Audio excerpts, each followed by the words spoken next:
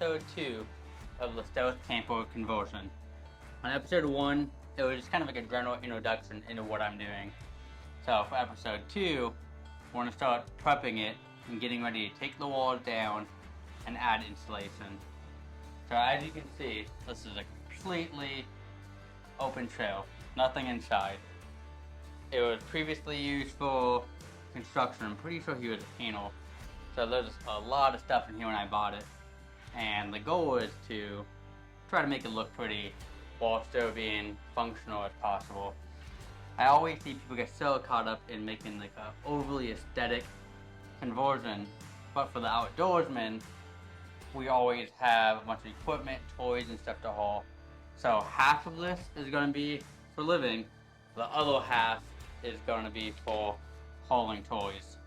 So we're going to start by just kind of cleaning everything out, and then if we have time, it's already pretty late tonight, but if we have time, I'm going to take all these walls down and start prepping it for the foam board. And then start prepping this section for the batteries and all the electronics. And this is when it's not used for electronics, so only like a small section will be for electronics. The rest of all of this will be general storage. So I'm constantly attending events, hauling gear. I have a lot of batteries for work. So this whole shelving unit is going to be dedicated to holding those batteries. So almost like an on-the-road trade show of sorts. So we're going to get into it and just kind of follow along. To continue with the build, we have the Powerbox 135. I have this tiny little pancake air compressor that I run my nail gun off of. So I'm going to power with the Powerbox and be good to go. And one thing I wanted to touch on, a lot of times with these builds, you always see people that have all types of equipment, or having nice equipment's nice. This is the smallest compressor and a Harbor Freight nail gun. Both super cheap. They aren't as nice as a big compressor, and you lose air super quickly since it doesn't have big capacity. But it gets the job done. I've had that for like 2 years. So I can't complain.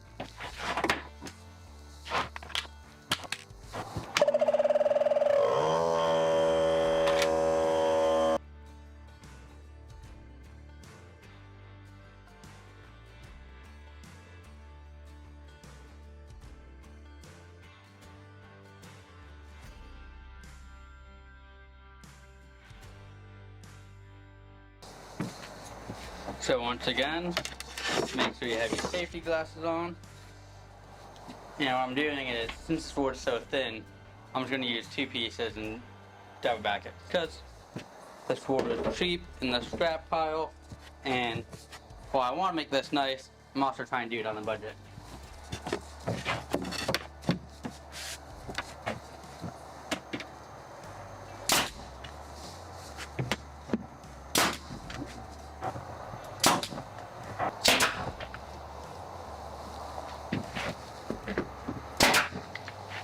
So the next step of this is taking down all these walls.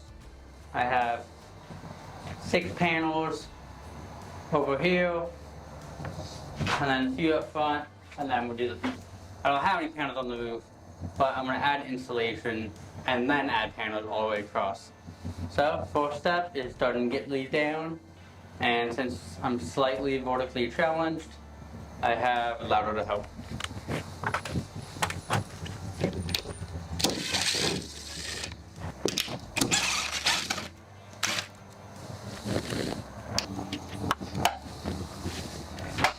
That's another thing I have to do, is take off the roof rack.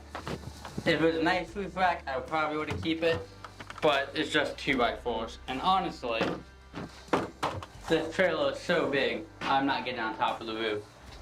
And the whole purpose of this build was to be able to, at night, keep the paddleboards or bikes inside. I'm not a big fan of keeping things up top or just laying out at night. It's Florida. You want to trust everybody, but you can't. So, I'd rather keep it safe inside.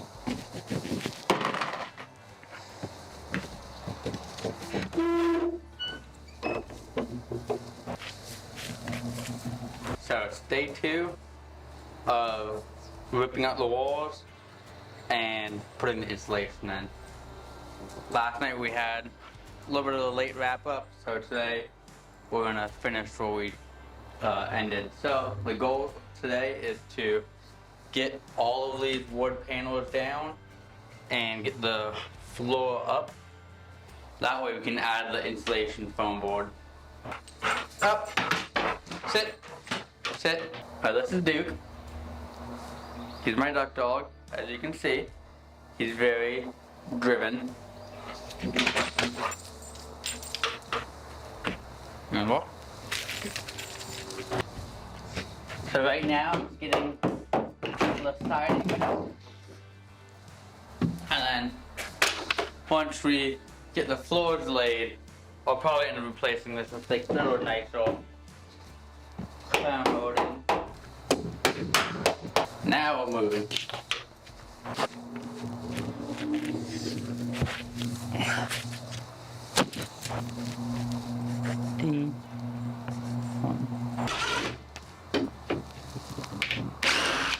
Screws each panel has.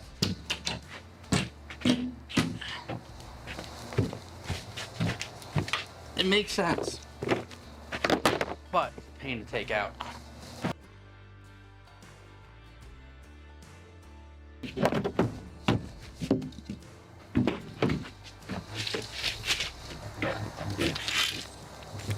The camera. So we got all the walls off, and we're good to go there. So we're gonna have no problem insulating the roof and the walls. But the hiccup is, I want to take the floors up to insulate them as well.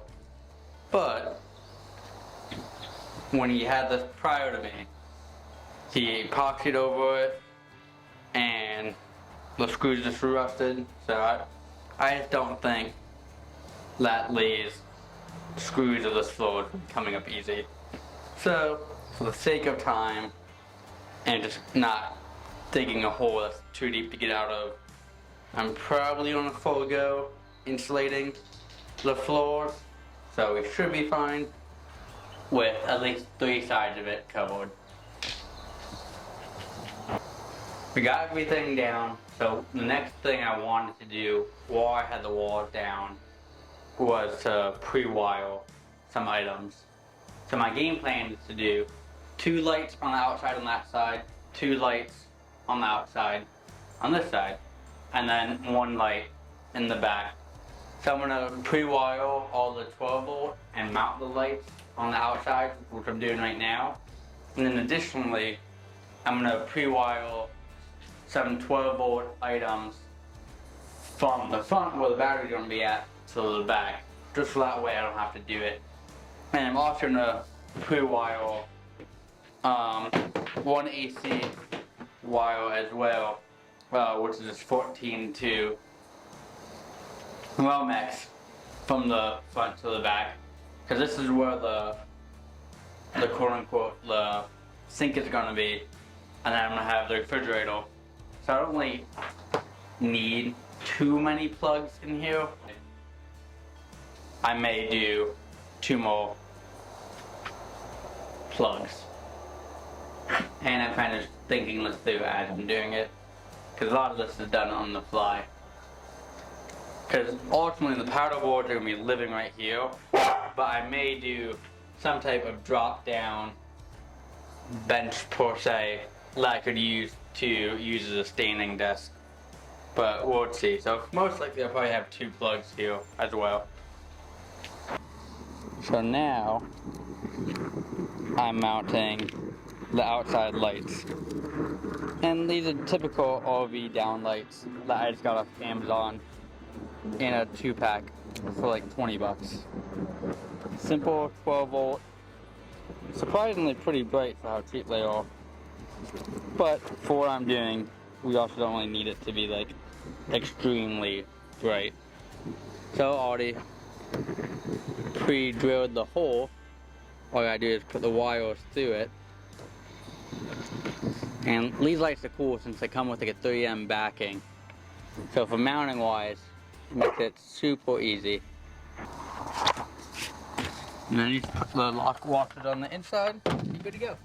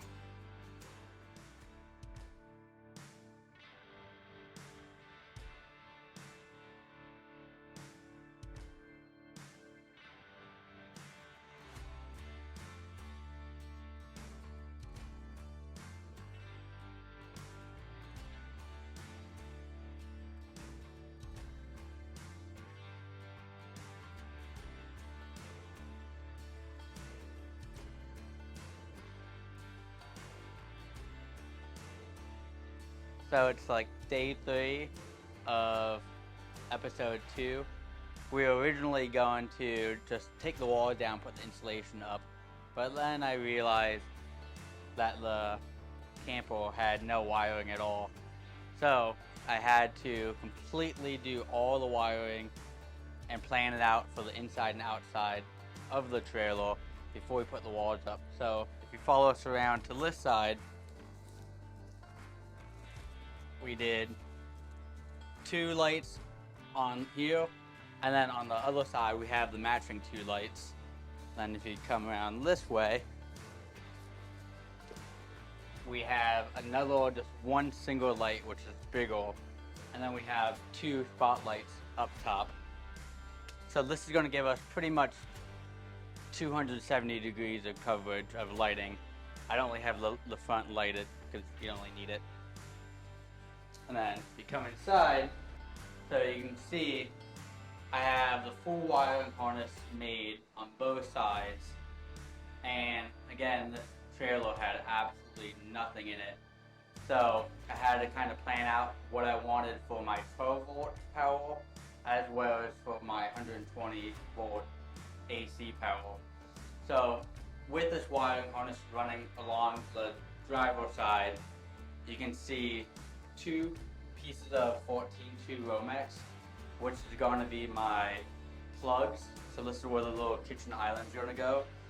So I'm going to have 1 plug for miscellaneous cooking or whatever need be, and then the bed's going to go here, and then I'm going to have an additional plug somewhere in this little console, and this is where the 12 volt Snowmaster cooler is going to go.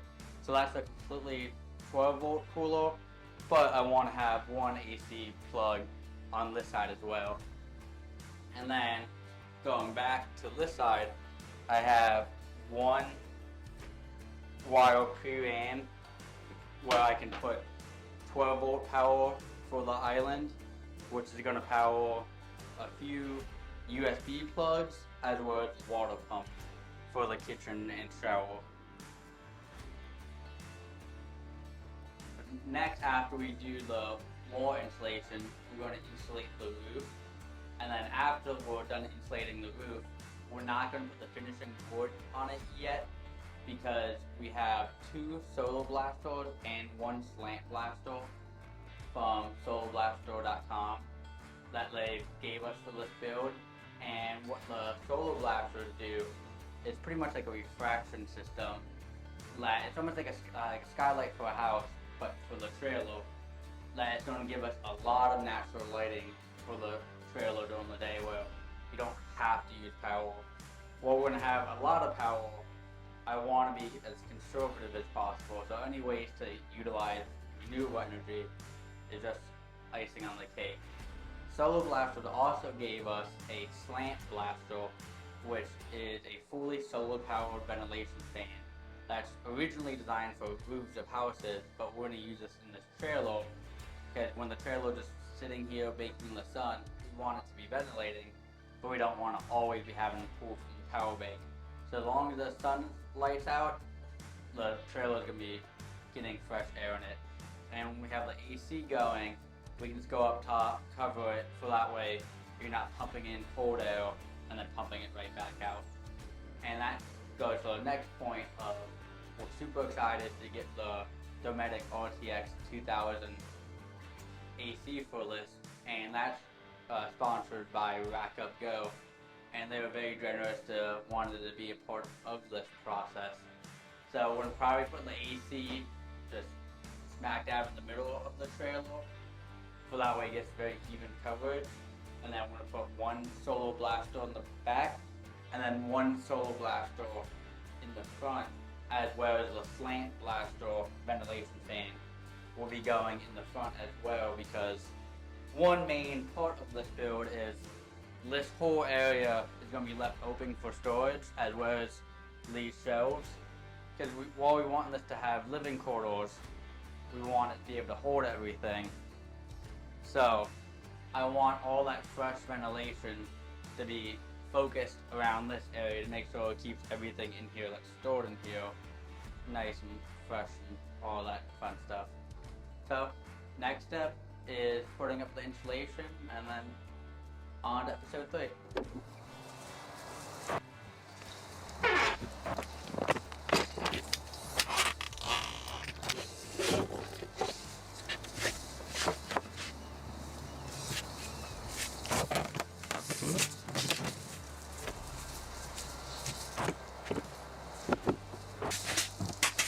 Today's the day. We're finally going to be putting the foam board up. So what we're going to be using is just some cheap 1-inch foam board that's fully insulated. We got some foam board adhesive, caulking gun, saw, and some HVAC duct tape. The duct tape is just mainly for to hold it to the wall while the adhesive is setting. So, and it begins. I can already tell this is going to be an absolute mess. Hopefully it's straight.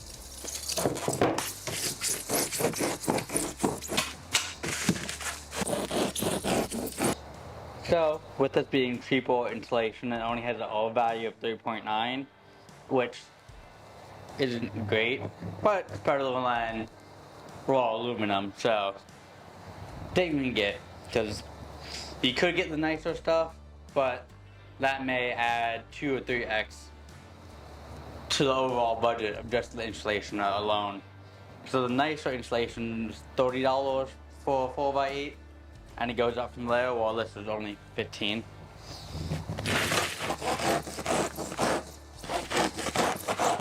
So, fun fact with caulking guns, which I never knew, I always use like a knife to cut it. You have this little hole right here, put the tip in at an angle, and you get your perfect hole. You use the front of the caulking gun to pop it open, and you're good to go.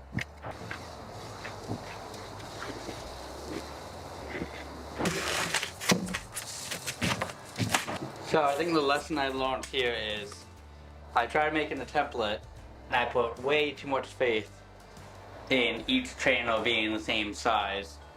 They have like a variance of like 3 inches. So these two the same, and this one's plus 3 inches, and then this one's like plus 4 inches. So I guess I'm gonna have to do it the old-fashioned way and get measurements per each area and do it that way. So that's what I get for rushing it.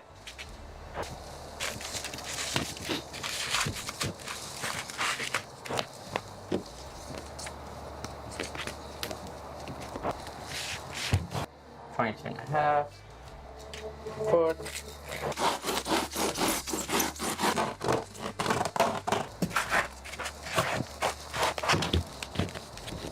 And the insulation process continues.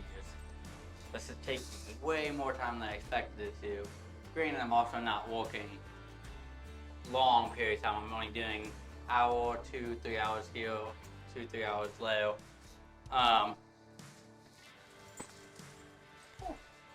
Dog almost took out the camera, but yeah, it's taking a little longer than I expected. On a plus side, we have one wall of the trailer completely did, or finished, and we're making progress. It's been a few days now of 2 to 3 hour walk periods here or there. Next, we're going to repeat lift process on the other side. Thankfully, it's not as much to insulate because of a 4-foot drop ramp on that side, but we still have quite a bit to do. There's definitely some learning curves. This foam board makes an absolute mess, which is good to know if anybody that wants to do this. So just be prepared. And all I use was a hacksaw and some foam board backing adhesive, and then put it up and did most of the measurements on the fly. So it wasn't exact, but it looks pretty good. So we're gonna try to repeat this process over there.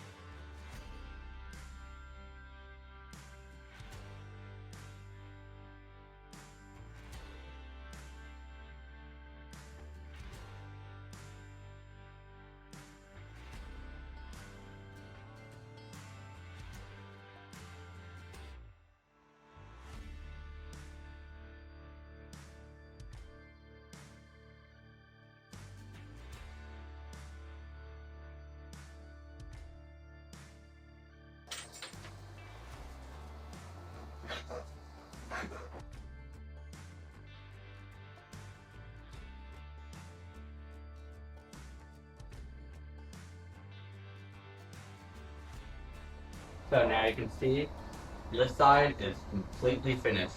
And today we're going to be moving to this side. And since I'm only on, I'm on a slight time crunch. I only have about 2.5 hours to see how much work I can get done. So today I'm switching to the GoPro 10 instead of the Canon R5. Just so that way I can mount it, do time lapse, forget about it. So we're just gonna jump on into this.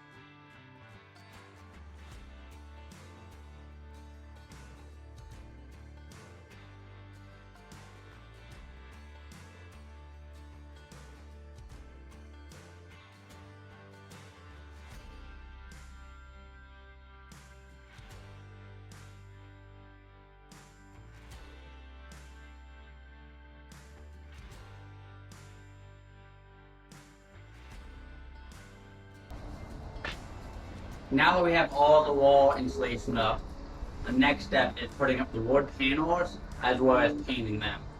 Then we're going to move to the roof, which we still have to insulate, but we're going to install the AC first. And the AC is a Dometic RTX 2000, which is sponsored by Rack Up and Go. So I definitely say check them out. They have the best pricing and the best shipping, so you literally can't beat that. We also have, by Solar Blaster, we have 2 light tubes as well as a slant blaster vent. So that's going to go in somewhere on the roof as well as solar panels.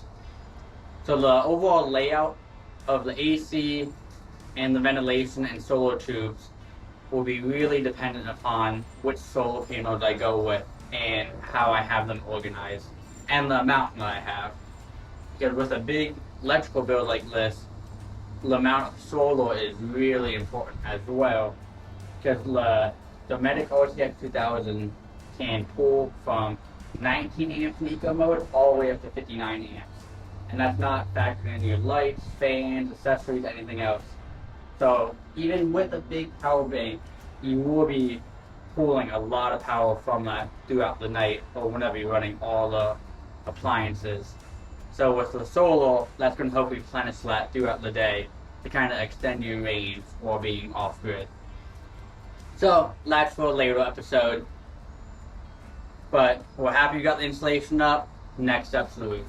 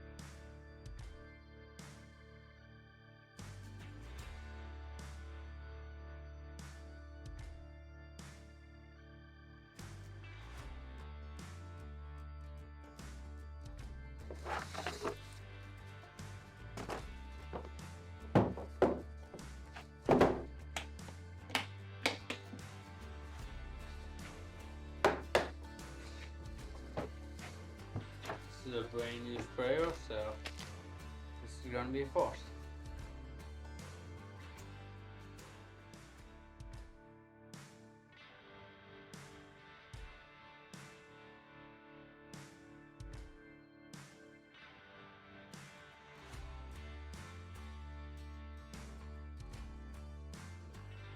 After putting the walls back up, doing the installation, we're finally ready to do the first coat of paint.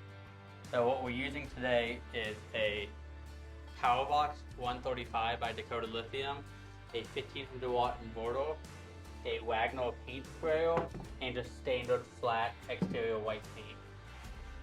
Which the Powerbox and the 1500 watt inverter is a great combination if you don't have power nearby.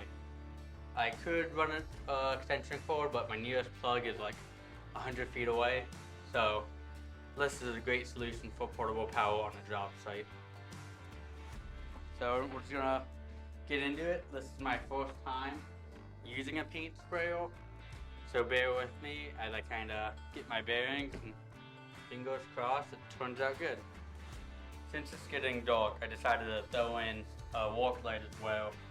So the Powerbox has a 300 watt built-in inverter that peaks to 600, but when you're running multiple appliances like this, you can easily attach the bigger inverter to accommodate for the additional power needs. So it's pretty good for all scenarios, whether you just need a little bit of power or if you need a lot of power for all your AC appliances.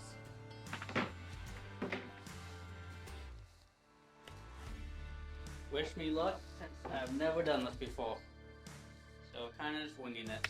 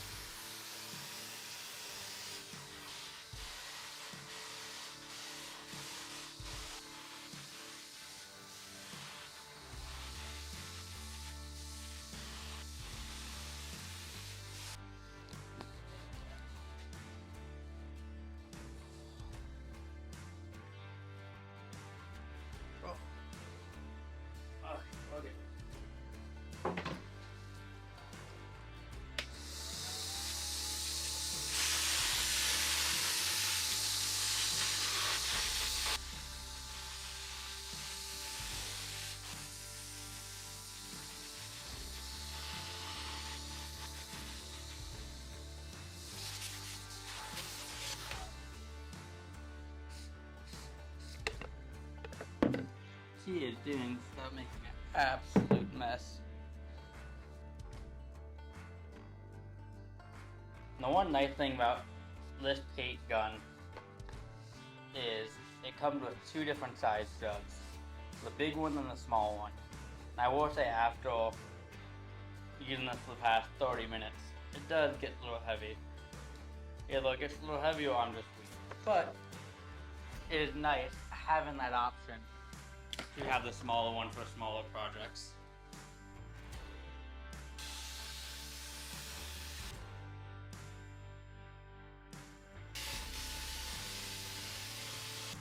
Well, we got the first coat done. It's starting to rain, so we need to wrap this up really quickly and put all of the electronics inside. So tune back in a mo.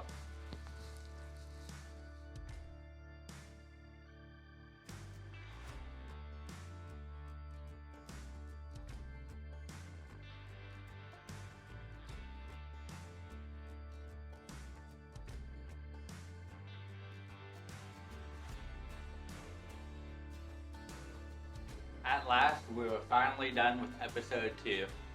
So this has been a pretty long episode.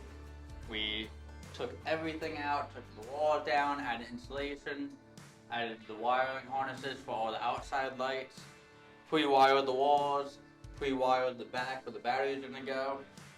So there's a lot of unexpected twists and turns, but we got it all done, and we cannot wait to go into the next step of adding floors, adding the AC, the lights.